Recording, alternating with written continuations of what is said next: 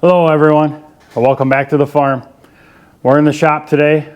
We're going to work on the PTO shaft assembly and also the top cover for the Farmall H.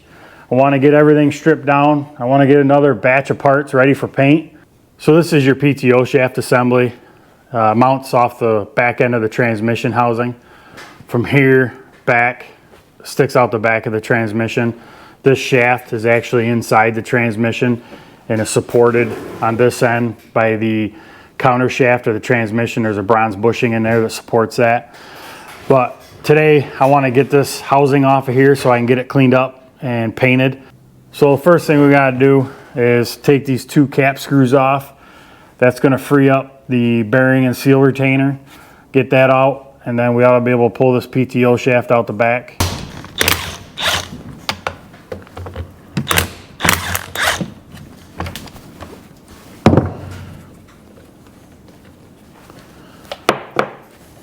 Now I gotta get a hammer.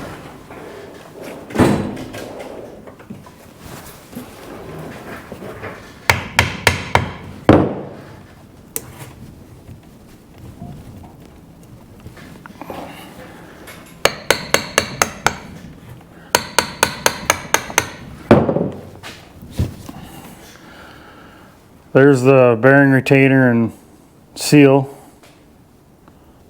Now just from a quick look at the bearing, looks to be okay, but I gotta come down to this end and pound on the inner shaft. Now I can slide the PTO shaft out and set that aside. Now that freed up the outer tube, so now I got the PTO shafts out. I gotta get this actuating rod and lever assembly out. I already went and got the mounting bolt out. It's kind of tight quarters, so there wasn't much to show down in there. Before I do pull it apart, I'll show you what it looks like inside. You've got your actuating rod here. Then your lever comes through the sidewall of the PTO housing. So I'm just going to pull on this lever and pull that out. And then this is the arm.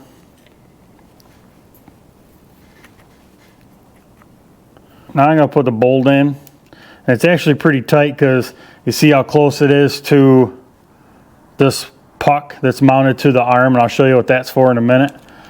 But you get all this slid up in place. And I want to put this back together so I know the orientation of how it came apart. So when I go back together, it's pretty simple. The only thing left I got to remove is this pin. That is your detent pin that keeps the PTO either engaged or disengaged.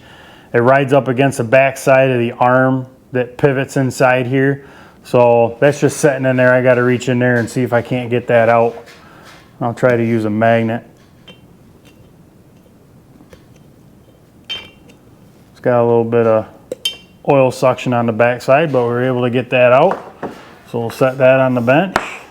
See if I can't get this spring out of there.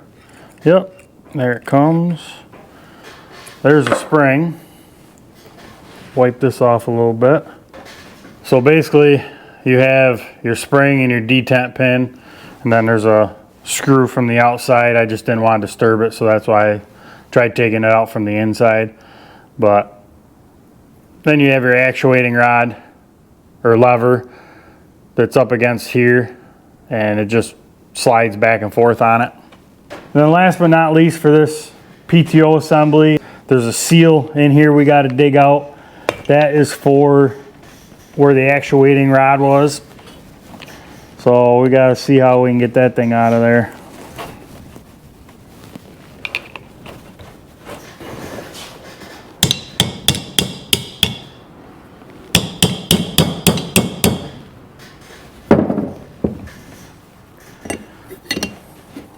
Little bugger just don't want to come out of there. But when you're probably original,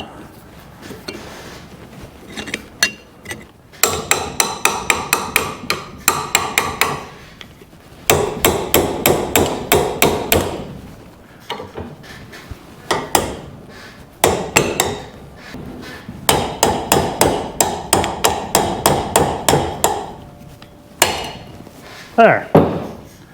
Finally got that thing out there. Well, I had to resort to putting it in the vise to get a good hold on it so I could knock that seal out, but we got it.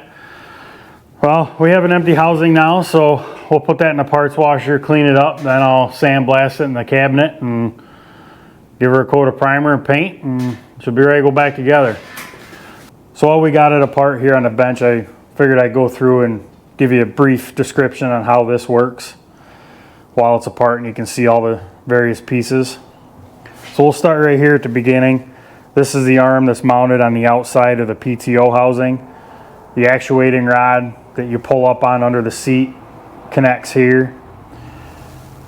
This pin passes through the PTO housing and is held in place on the other end by the retaining bolt here, which holds this arm to this lever. This arm has a square block that's held in place by a pin. That square block engages in the grooves on this outer tube. So when you throw this lever back and forth like so, with that being engaged, this tube can slide forward and back on the main PTO shaft. The main shaft is supported on this end in the counter shaft of the transmission, as I stated before. These splines engage with splines inside this tube, and then it's all one solid shaft all the way out the back to your implement splines that stick out the back of the tractor. This is where you connect your PTO driven implement. This tube has got a set of splines down inside here that engage or are actually splined all the time with these splines. So when you move the lever back here, you slide this whole shaft forward and back, and these outer splines here engage on the counter shaft of the transmission, and that's how your power is transferred through the counter shaft of the transmission through this drive coupling here to the PTO shaft and out the back.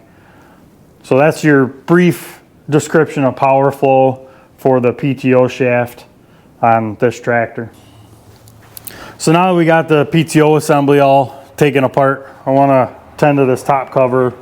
The only thing I really want to do here is get the PTO, still got that on my brain. I want to get the shift lever out of here so that can be cleaned up. Everything else appears to be in pretty good shape here. These are your shifting forks. They all seem to be, fairly good and tight. There's no real slop in any of them. None of them appear to be worn. All the wearing surfaces that engage in the gears all seem to be okay. Everything seems to be all right with this, so I'm really not going to monkey with this too much, other than I want to get this shift lever assembly out of here, and then I got to clean the whole deck up and get that all ready for paint. So there's a pin here that I got to drive out, and then that shaft will come right out. There goes the pin, and here comes the shaft. So the only thing I really got to check is a wear on the end of this. From years and years of shifting back and forth, these will wear, usually on the ends and round over. So I'll have to look at this a little closer. I'll clean it up in the parts washer. And there's also down inside here, there's a ball that's supposed to pivot. So I want to make sure that's all good and clean and free, which it looks like it actually is. I can see it moving here back and forth. I can move it, but I got to clean this all up in the parts washer and we'll check it out from there. Well, and last but not least, I think for today, I want to get these brake bands assemblies all apart. I want to clean these housings up as well, get them ready for paint. So first thing I got to do is get these oil soaked, grease soaked bands out of here. These things are junk. I got to get new ones. So first thing we got to do is take this retaining bolt off and get this actuating lever off. It is keyed, so first thing we're going to do,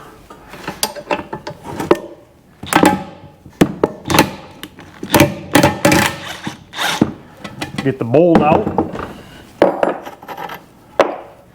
So now I got the bolts out, I'm going to take a chisel here and open this up a little bit, and then you should be able to pull that shaft right off.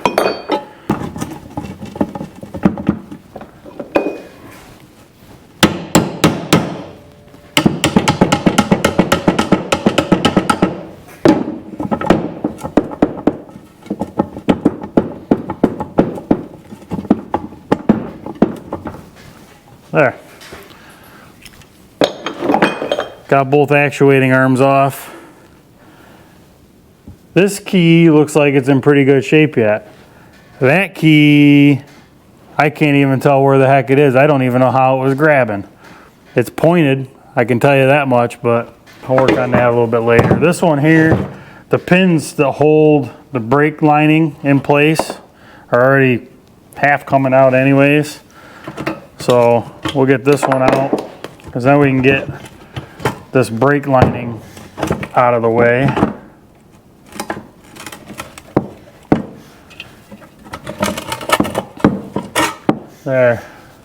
There's that oily soaked mess. Throw that on the floor. Probably have to do the same thing here, warm this one up. You know what? Let's get the torch out and see what we can do.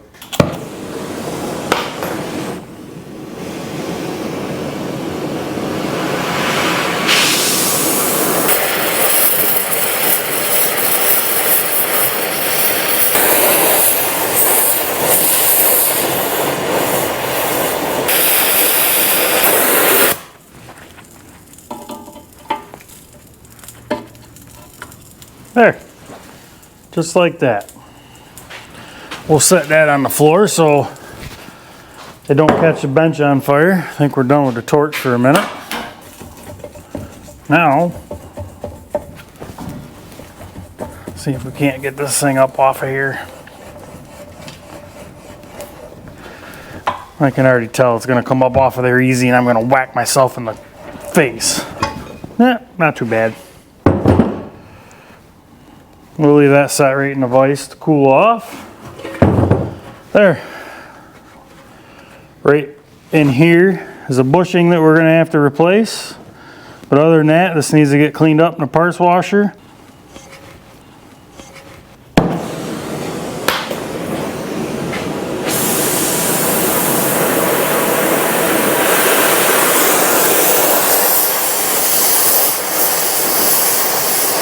So I wasn't able to get the cotter pin out of here.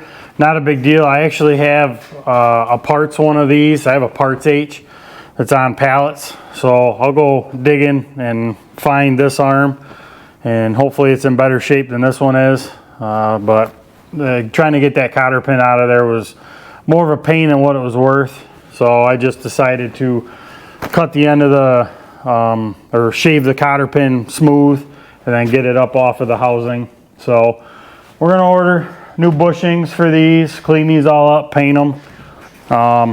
We got a few things to order for this stuff, but nothing major. Well, we're gonna continue forward with getting some of these parts cleaned up while we're waiting for new parts to show up. The engine we're gonna send off to the machine shop probably in the next 2 to 3 weeks. We've been talking about it, and we wanna get that process going, because that's kind of an unknown as how long that's gonna take at the machine shop. And I really don't want to be waiting on it. Plus we're going to be getting busy here soon on the farm. I think in the next 2, maybe 3 weeks, we got broiler chicks showing up, and we got to get manure spread and get some things straightened around, moved around here in the barns to make room for the broiler chicks. So things are going to get busy outside. The weather hasn't really cooperated. The last 2 days we've had over an inch of rain.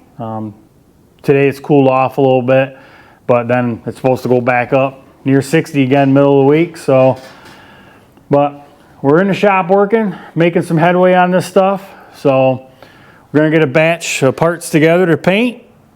So if you like this video, give it a thumbs up. If you like our channel, we ask you to please subscribe. We hope you have a great day, and we'll see you next time.